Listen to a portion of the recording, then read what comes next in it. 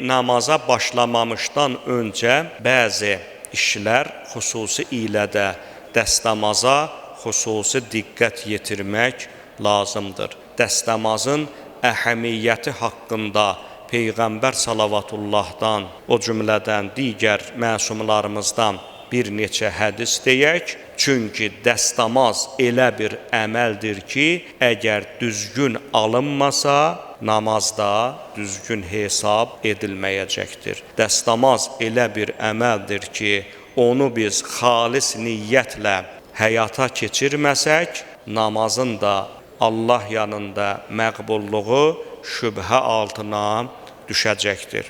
Dəstəmaz haqqında Peyğəmbər salavatullah buyurur ki, bir gün səhabələri arasında ayağa qalxdı və belə buyurdu: Ey insanlar, Allahın dərəcələri nə ilə yüksəltdiyini və xətaları, günahları nə ilə pozduğunu sizə xəbər verimmi? Diqqət eləyirsinizsə, hədisin əvvəlində əla sözündən istifadə etdi Peyğəmbərimiz.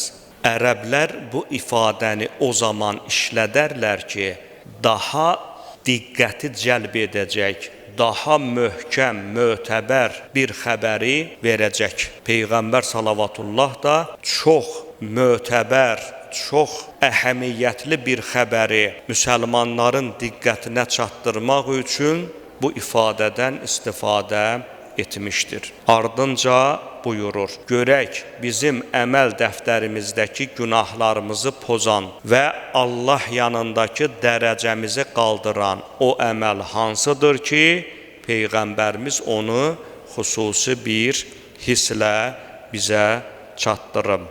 Buyurur ki, xoşlamadığınız, ikrah etdiyiniz halda dəstəmaz almaq. Nə deməkdir bu?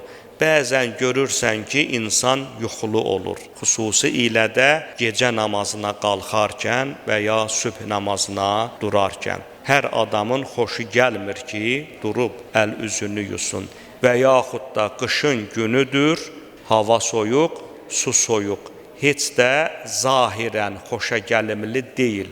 Bir adam soyuq su ilə dura, əl-üzünü yuya. Bax, həmin halda dəstəmaz almaq, yəni xüsusi eşqlə, vüqarla dəstəmaz almaq, Peyğəmbər salavatullah buyurur ki, sizi Allah yanında, sizin dərəcənizi qaldırar və əməl dəftərinizdə nə varsa, hamısını pozub aradan aparar.